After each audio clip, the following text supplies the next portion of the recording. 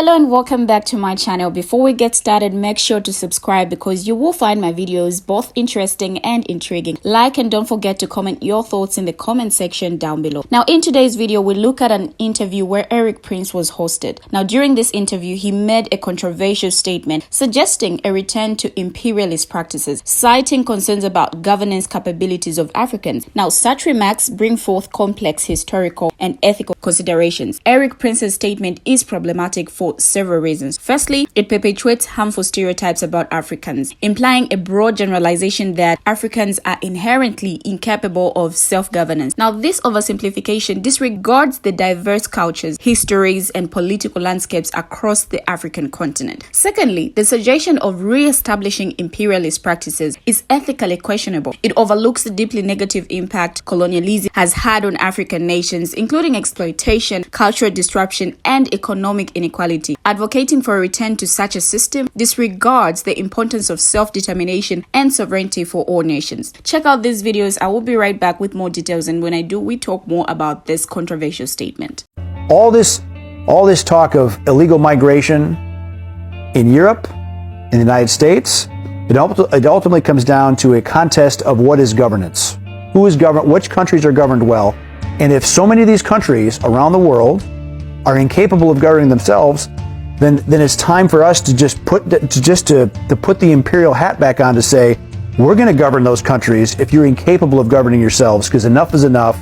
We're done being invaded. Because our own national security risk is at stake. Exactly. National security interests are at stake. You can say that about pretty much all of Africa. They're incapable of governing themselves and benefiting their citizens, because the governments there are all about looting and pillaging and lining their pockets and going shopping in Paris instead of actually making their country better. People on the left are going to watch this. They're going to say, wait a minute, Eric Prince is talking about being a colonialist again. Absolutely. Yes. Enough.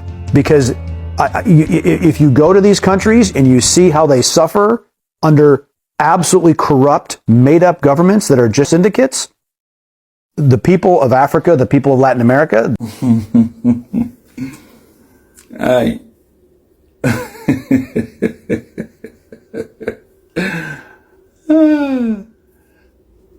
I'm happy that there's China, there's North Korea. All these empty threats.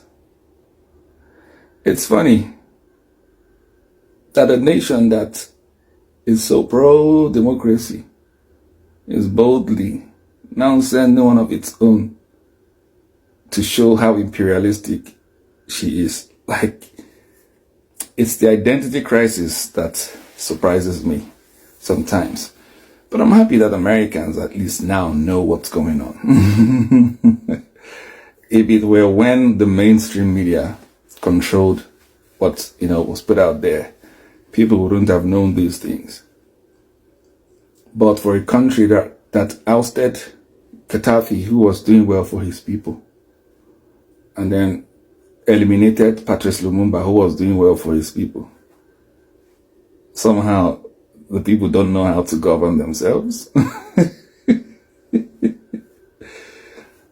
This is why I've taken my time to educate the world and people who are in my audience and Africans about the fact that the problem with Africa is the system, not necessarily the leaders. The corrupt imperial systems that set them up, that back corruption. They're the ones that back corruption up.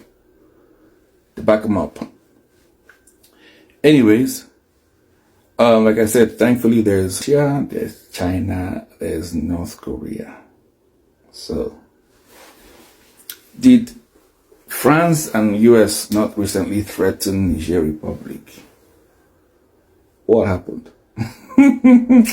All these empty threats. One thing the US does not understand is that its military is filled with foreigners. Anyway, no further comments. Recolonize Africa. Okay.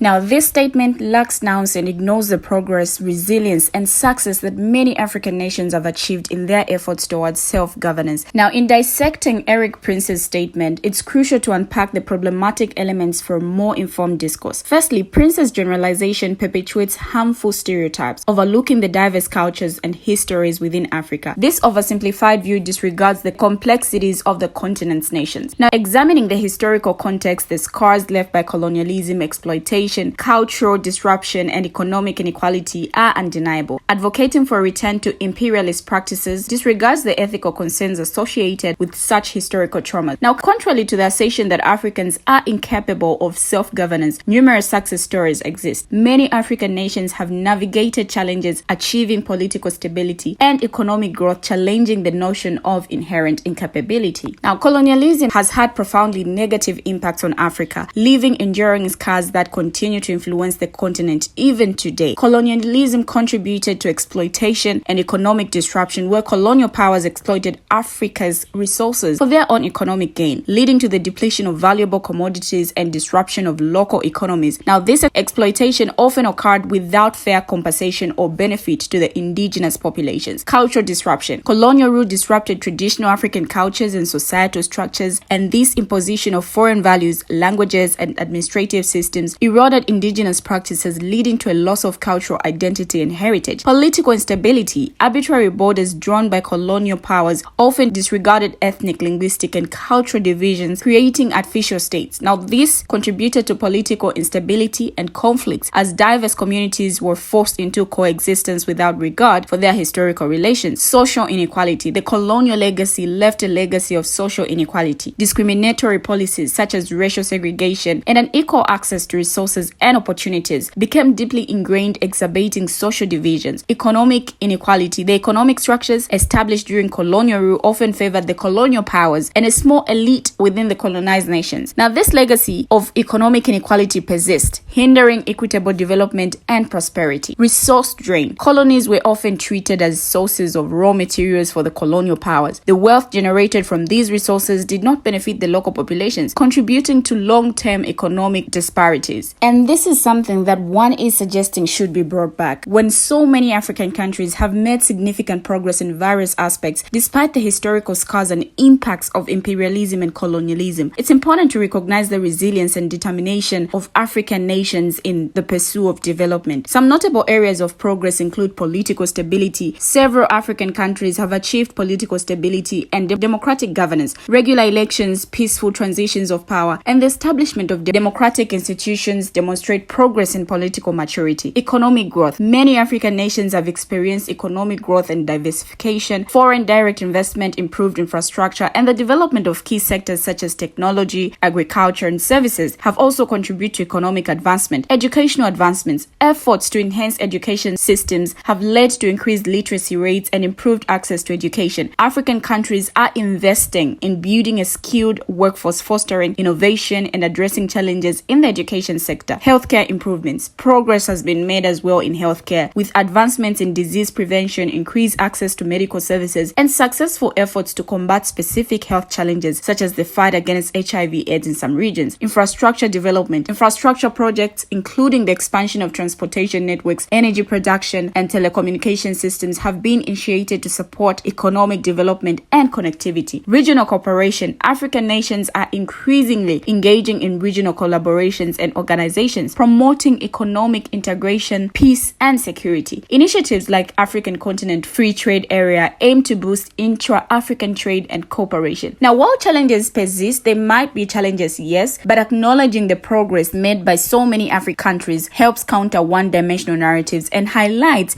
the diverse paths nations are taking to overcome historical legacies and shape their own destinies. Now, Eric Prince's statement suggesting that the USA should colonize Africans again because they are incapable of governing themselves is so disrespectful, especially to us Africans, because in essence, this statement perpetuates negative stereotypes, undermines the agency of Africans, and disregards the historical context and complexities of the continent. Now, such broad generalizations are so disrespectful, as they fail to recognize the diversity, achievements, and ongoing progress of African nations. This is a continent that is really working so hard, and for someone to come up with such statements is a no for me. Bye. But what do you, my viewers, have to say about this? Share your comments or your views down below in the comment section. Thank you for always watching, and see you in my next video.